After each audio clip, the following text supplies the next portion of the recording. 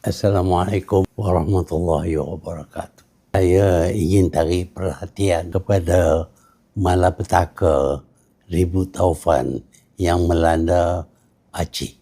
Sebenarnya kita selamat. Di Aceh 1,000 orang mati, di Malaysia tak ada satu orang pun yang meninggal. Sebabnya ialah kerana Aceh adalah pelindung kepada Malaysia. Segala ribut taufan daripada lautan Hindi dan apabila sampai ke Malaysia sudah tidak jadi ribut yang teruk lagi. Aceh adalah pelindung benteng untuk selamatkan Malaysia. Sekarang mereka menghadapi malapetaka. Sepatutnya kita beri bantuan kepada mereka sebagai tanda kesyukuran kita, tanda budi kita terhadap jasa mereka melindungi Malaysia. Kita masih ingat pada tahun 2004 satu tsunami berlaku, dan sekali lagi pada ketika itu Aceh hancur tapi Malaysia selamat.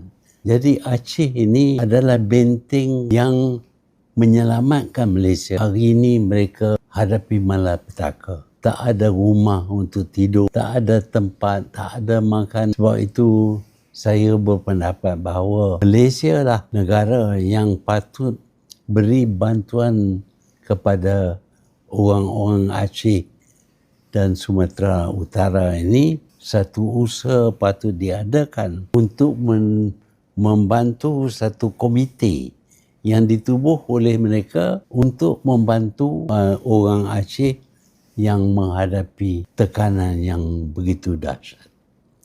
InsyaAllah saya harap kita semua sedar dan kita sebagai cara kita menunjuk kesyukuran kita kepada mereka dengan kita memberi bantuan sebanyak mungkin.